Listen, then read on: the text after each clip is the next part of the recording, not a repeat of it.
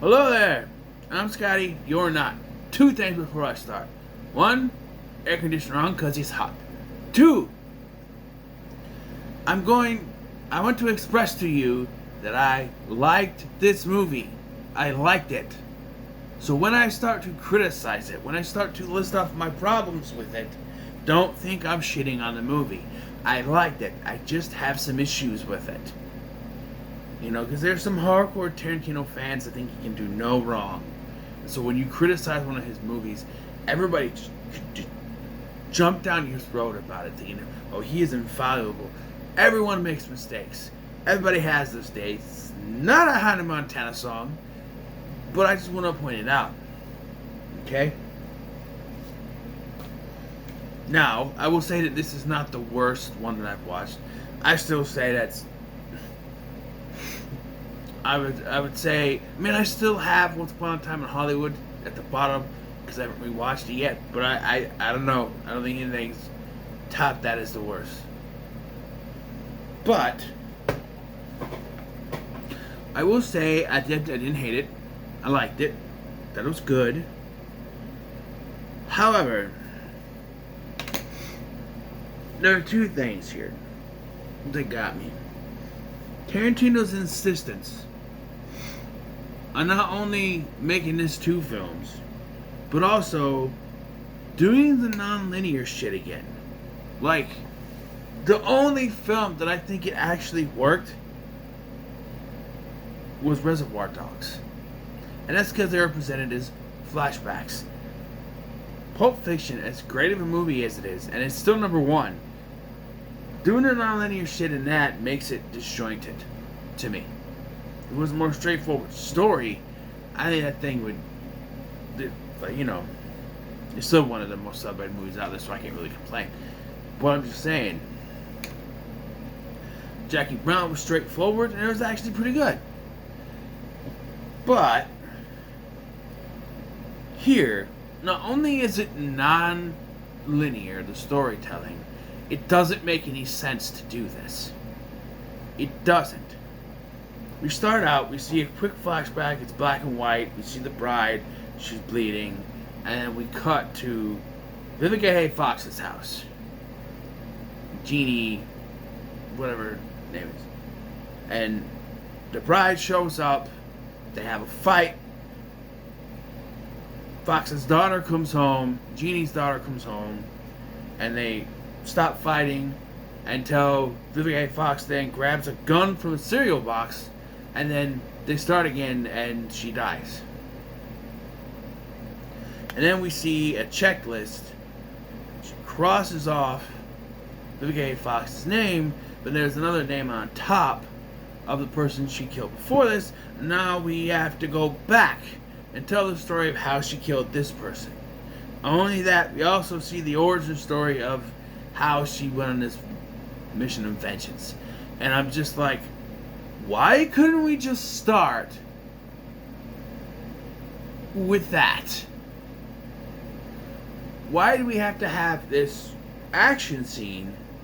Then, oh, we're going to give you exposition now. And it's mostly exposition the rest of the way. There's a pretty hefty fight scene at the end of the film, which is done very well. It's very much, you know, old style kung fu movie. She's just like Bruce Lee with the yellow jumpsuit, you know. But my issue comes from, we don't know jack about Vivica A. Fox other than she has a daughter. But they tell us the entire fucking backstory of Lucy Liu. The entire backstory. What two ethnicities she is. She's Chinese and Japanese, by the way. How she was raised, who raised her, what her upbringing was, which is, you know, what she's a part of, who her bodyguards are. She has a 17-year-old bodyguard. She has this dude dressed as Kato. A bunch of them, actually. All that stuff. And I'm just like, why are we getting all this exposition about her when we could just, you know, have many...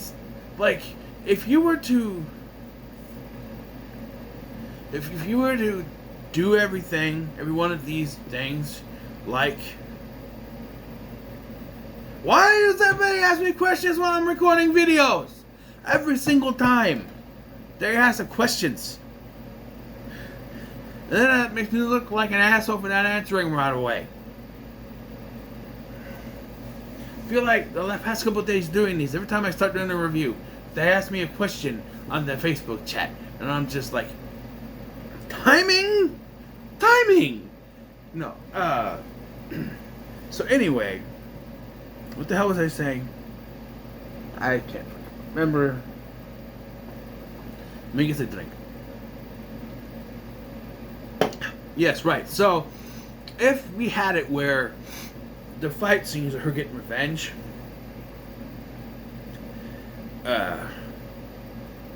were all like a Fox one, you could get this done in one film. It'd be over 2 hours, but you could get it done. However, it's very much that Quentin Tarantino planned this to be 2 films. He planned it that way. And most of the time, if not all the time, every time you plan for something to be 2 films, they don't always come out right. I think this is the example of how it's perceived better with these 2 films, are perceived better than, say, Harry Potter and Deathly Hallows, or Twilight Saga Breaking Dawn. Those are in 2 parts. And the problem with those is that they're splitting 2 books in half. It's not really based on a book, but so then you have one half that has a lot of exposition, heavy dialogue, and everything leading up to something that's going to get cut off, and we're going to do that in the next film.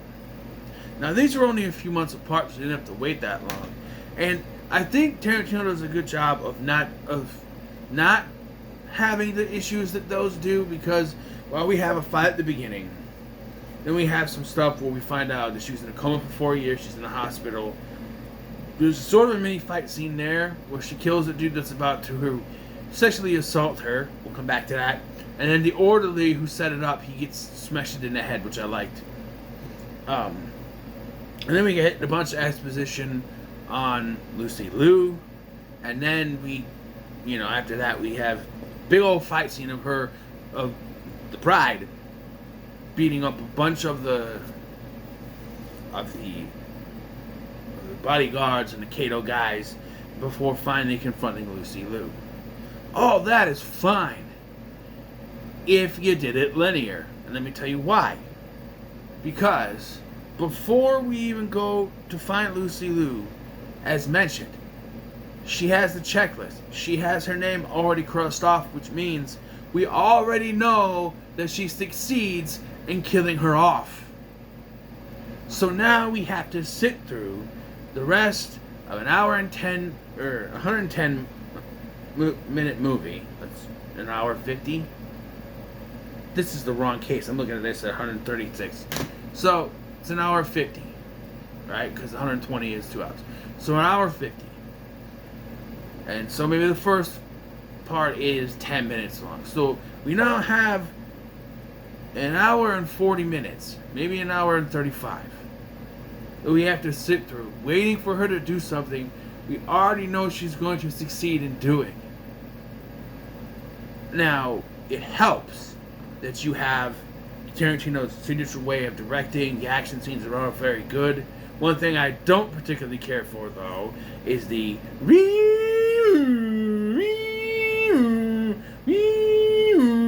boom, boom, boom, boom every time she meets someone from her past. Like they have to point out, look, that's someone she knows. We get it. You don't need to do that. I have a feeling that's going to continue in the next one, so that's going to be probably a complaint when I do that one. But we don't need that every time. And that doesn't happen as much. But as I feel like this is longer, and as I feel like she's going to have more encounters there, I feel like that one might get me. Yeah. We also found out she was pregnant when she was attacked, and that it's Bill's kid. And when she wakes up from a coma, she's not pregnant. I'm going to discuss this now. So, she wakes up, she finds her baby's gone, and she pretends to be in a coma again. Quentin Tarantino then takes from the Rob Zombie book of making movies and adds in a scene where we had this orderly, who I think was one of the cops, like, it was, Michael Keaton's partner in the last one. I think that's him. I think. And apparently he's been selling the bride's body to people for them to just have sex with while she's in a coma. I don't want to know. This is a rhetorical question. Is that an actual thing? It's a rhetorical question. I don't want to know. That seems like it would mean there's cameras in a hospital, right? How? I don't think that's how it would work. He also says, and I think this guy doesn't know how the human anatomy works. He's like, because she's in a coma,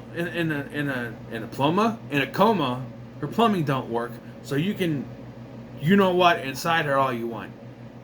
That's not how the human body works. She's still alive. Her body is still working. Hell, she was pregnant when she went into a coma, and she still gave birth. We find out. We find out at the end, the line from Bill, who we never see, by the way. We know it's David Carradine, though, but we never see him in this. He says, "Does she know her daughter is still alive?" That's the last part when he's talking to Daryl Hannah at the end. Or not Daryl Hannah, the French bodyguard. He's talking to her. And does she know her daughter is still alive? And then it cuts to credits. So she gave birth in a coma. So the plumbing still works.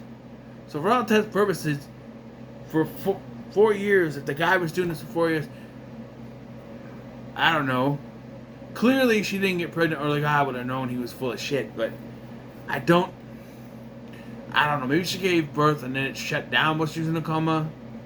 I don't know. I just don't think that's how the human body works. Unless everyone was like, I don't know. But she like bites this guy's lip off screen.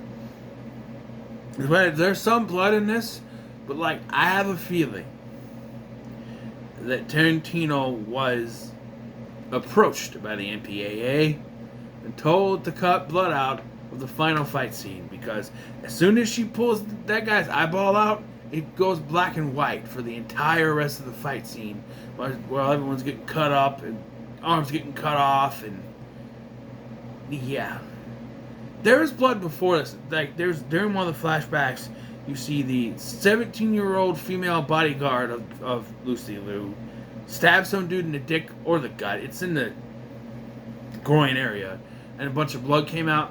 By the way, just a little complaint.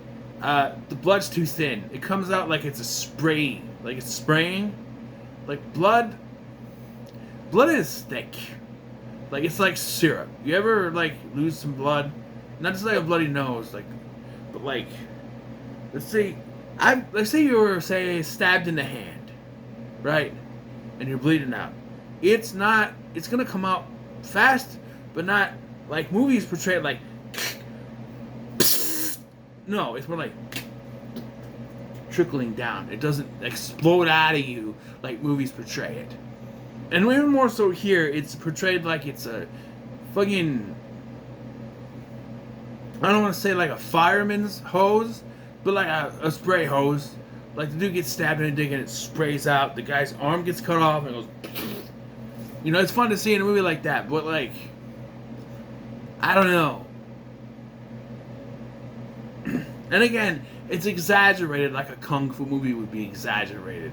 You know what I mean? Those old kung fu movies, they exaggerate the blood stuff. Think of something like Evil Dead as well. Whereas a normal stab, like I said, the stab in Evil Dead movie, you know what I mean? Think of it like an Evil Dead movie type thing. Like Sam Raimi's watching this, getting his rocks off. Oh yes, the blood! You know.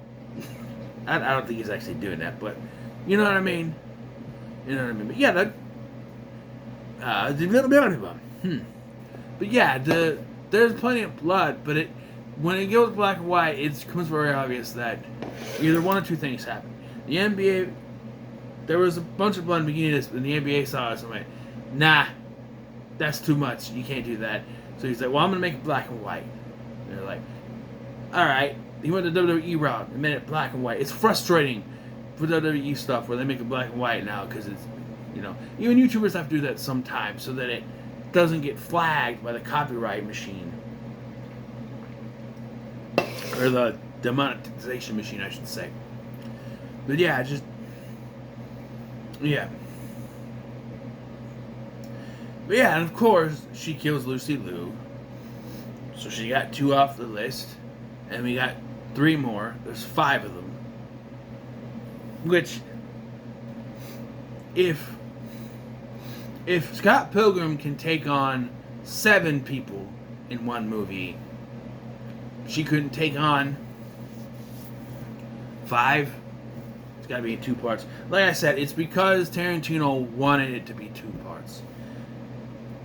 I will say I did enjoy this. I just felt like, maybe if you did it.